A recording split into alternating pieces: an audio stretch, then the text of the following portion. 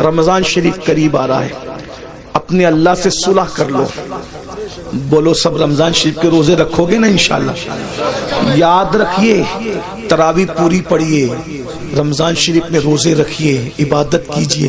رمضان شریف کی پہلی رات آتی نا، پہلی رات، رمضان شریف کی پہلی رات، تو عرش کے نیچے سے ہوا چلتی ہے رحمت کی، اور اللہ تعالیٰ اس دن اپنے بندوں کو پیار سے دیکھتا ہے، اور جس پر رحمت کی نظر اس دن پڑ جاتی ہے اللہ اس کو جنتی بنا دیتا ہے. روزہ مت چھوڑنا.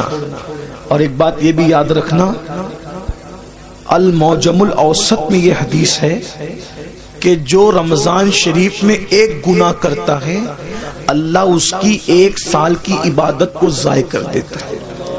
یعنی رمضان شریف میں اس لیے گناہ سے بچو. اس رمضان شریف میں گیم نہیں کھیلنا، فلمیں نہیں دیکھنا، گانے نہیں سننا. آج کل تو لوگ افطار کے وقت بھی واٹس ایپ پہ لگے رہتے ہیں، اور وہ پتہ نہیں کچھ پاگلوں نے ایسے چینل شروع کر دیے کہ وہ چینل سحری کے وقت بھی چالو رہتے ہیں، افطار کے وقت بھی چالو رہتے ہیں.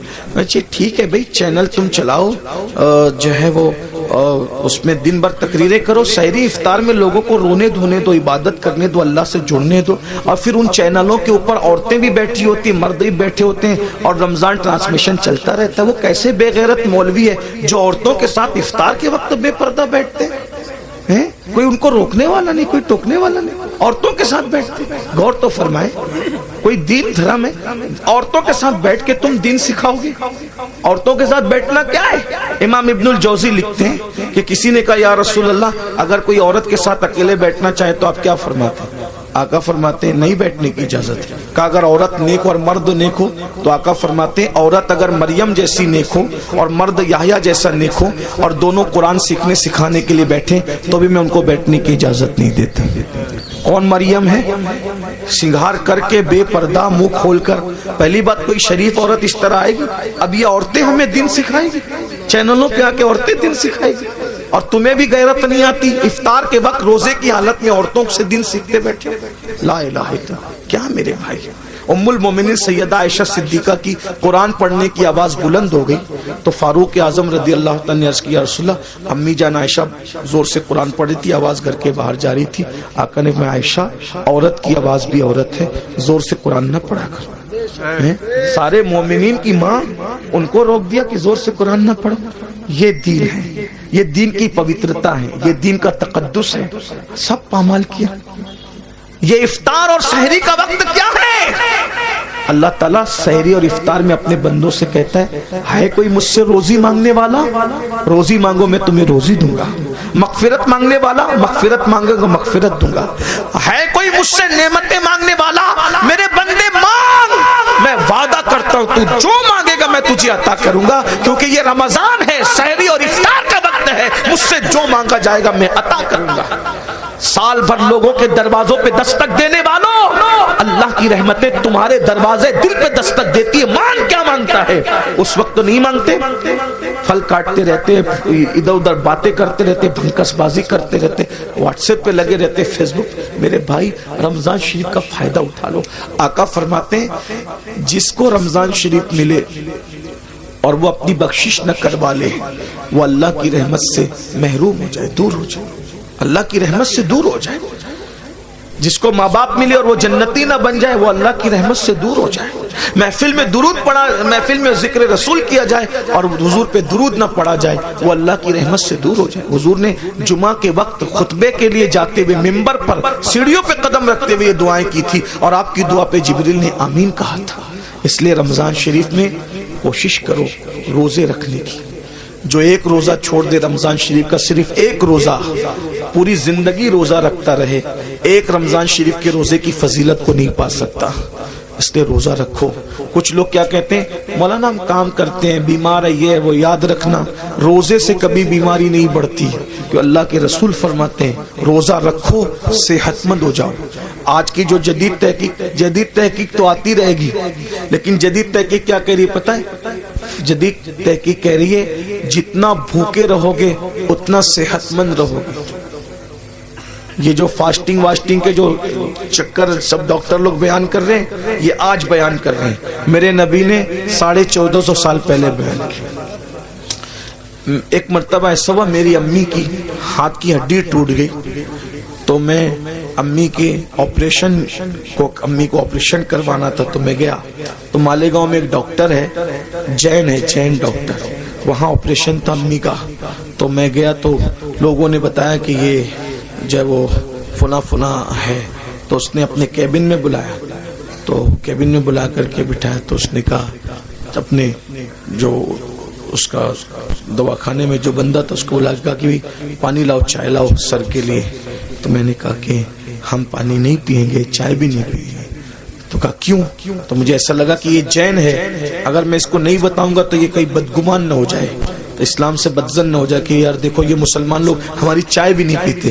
تو میں نے کہا میں چائے اس لیے نہیں پیوں گا، میں روزے سے ہوں۔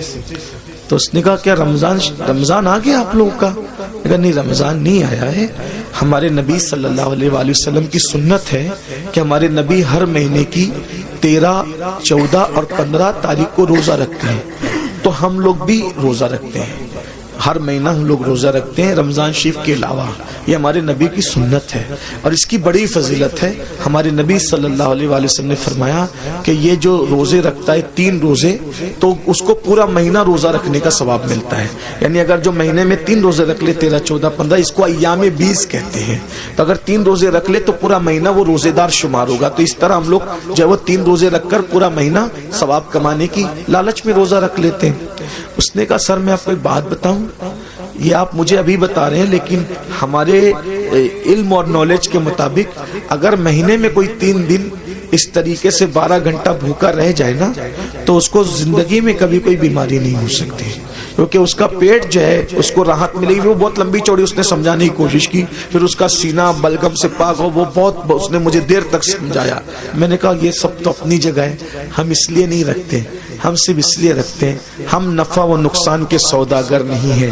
محبوب نے کہہ دیا بس ہم نے کرنا ہے، ہمارا مزاج ہے، ہم مسلک عشق والے ہیں، ہم سوداگر ثواب کے بھی نہیں ہیں اور ہم سوداگر نفع و نقصان کے بھی نہیں ہیں، یاد رکھیے۔ تو برحال اس وقت اس نے مجھے بتایا، تو میں نے کئی لوگوں کو بتایا کہ دیکھو غیر مسلم لوگ بھی روزے کے قائل ہو رہے ہیں، بلکہ اب تو بہت سارے غیر مسلم بھائی بھی رمضان شریف کے بہانے وہ روزہ رکھنے کی کوشش کرتے ہیں تاکہ فاسٹنگ کا فائدہ ان کو بھی مل جائے۔ لیکن ایک بات آپ کو بتاؤں، ہم سائنسی فائدہ حاصل کرنے کے لیے روزہ نہیں رکھتے، ہم تو یار کی رضا کے لیے رکھتے ہیں۔ اور میرا اللہ فرماتا ہے، آئے ہائے کیا بات کہی میرے اللہ نے، اللہ فرماتا ہے روزہ میرے لیے ہے اور میں ہی اس کی جزا ہوں، یعنی ہر نیکی کا ثواب ہوگا اور روزے کی اجر کیا ہے؟ ذات الہی کا دیدار ہوگا۔ اسی لیے آقا فرماتے ہیں روزے دار کو 2 خوشی ہے، 2 خوشی کیا؟ ایک افطار کے وقت اور لقائے رحمان کے وقت، یعنی اللہ کا دیدار نصیب ہوگا روزہ داروں کو۔ اللہ جنت میں روزہ داروں سے بے حساب ملے گا، بے حساب ان کو اپنا دیدار، اور بے حجاب اللہ ان کو اپنا دیدار عطا فرمائے گا، بے حجاب، بے پردہ۔ سوچو تو صحیح، جب اس کا نبی اتنا خوبصورت ہے تو اتنے خوبصورت نبی کو بنانے والا خدا کے حسن و جمال کا عالم کیا ہوگا۔ جب اس کا یوسف اتنا خوبصورت ہے تو یوسف کو بنانے والے خدا کے حسن و جمال کا عالم کیا ہوگا۔ کیا مزہ آئے گا جب اپنے اللہ کا جنت میں دیدار کریں گے۔ لیکن کون کرے گا؟ جو جنت میں جائے گا، جو جنت میں جائے گا ہی نہیں اس کا کیا حال ہوگا۔ اس لیے توبہ کیجئے، توبہ کے دروازے کھلے ہوئے، استغفار کیجئے، اللہ کو منائیے، اللہ کو راضی کیجئے، اللہ سے صلح کیجئے۔ دیکھو اگر آخرت کی تیاری کرو گے تو بھی دنیا سے جانا ہے، نہیں کرو گے تو بھی دنیا سے جانا ہے۔ اللہ ناراض رہے گا، ہڈیاں بھی قبر میں پگھل جائے گی، کیڑے کھا لیں گے، سانپ بچھو ڈسیں گے، اور قیامت تک جو وہ سانپ بچھو ڈستے رہیں گے۔ اور اگر اللہ کو راضی کر لیا کفن بھی میلا نہیں ہوگا انشاءاللہ، کفن بھی میں اللہ کو راضی کر لو، روزے رکھو، فرائض واجبات پر عمل کرو، آج سے پہلے جو ہوا اس سے توبہ کر لو۔ اللہ تعالی ہم سب کو توفیق عطا فرمائے۔ ہم سب توبہ کرتے ہیں سب مل کے۔ زندگی بدلے گی انشاءاللہ. پہلا کام کیا کرنا ہے؟ ابھی سے نماز شروع کرنا ہے. کل سے نہیں، آج سے نہیں، ابھی سے. اور ابھی سے کیا؟ جب انیس المشائخ کا خطاب ہوگا اس کے بعد دعا ہوگی تو جن کی عشاء باقی ہے وہ پہلے گھر جا کے عشاء پڑھیں گے اور سنی سے العقیدہ امام کے پیچھے جماعت کے ساتھ نماز شروع کریں گے. فجر سے عشاء بھی پڑھو، فجر بھی پڑھو. اللہ سے دعا کرو، اللہ پاک آنے کی نیت کرنا میرا کام ہے، اپنے کرم سے بلانا تیرے کرم پر ہے. دیکھو وہ ضرور بلائے گا. نیت کرو، سچی نیت کرو. اگر سچی نیت کر کے فجر میں سو گے نا، کتنے بھی تھکے رہو گے، آدھے گھنٹے بعد بھی تمہاری آنکھ کھلے گی. جب ٹرین پکڑنے کے لیے آنکھ کھل سکتی ہے تو نماز کو جانے کے لیے آنکھ کیوں نہیں کھل سکتی؟ بس بات اتنی ہے، ٹرین کی اہمیت دل میں ہے کہ ٹرینیاں چھوٹ نہ جائے تو آنکھ کھل جاتی ہے، تو نماز چھوٹ نہ جائے تو بھی آنکھ کھلے گی. جب انسان ایگزام دینا ہوتا ہے نا تو ایگزام دینے والے بچوں کو نیند نہیں آتی. جب ایگزام کے لیے دنیا کی کامیابی کے لیے اٹھ سکتے ہو تو آخرت کی کامیابی کے لیے بھی تو اٹھ سکتے ہیں نا. جس دن نماز کی اہمیت پتہ چل گئی اس دن انشاءاللہ ہمیں کسی کو اٹھانے کی ضرورت نہیں پڑے گی، ہم خود اٹھیں گے.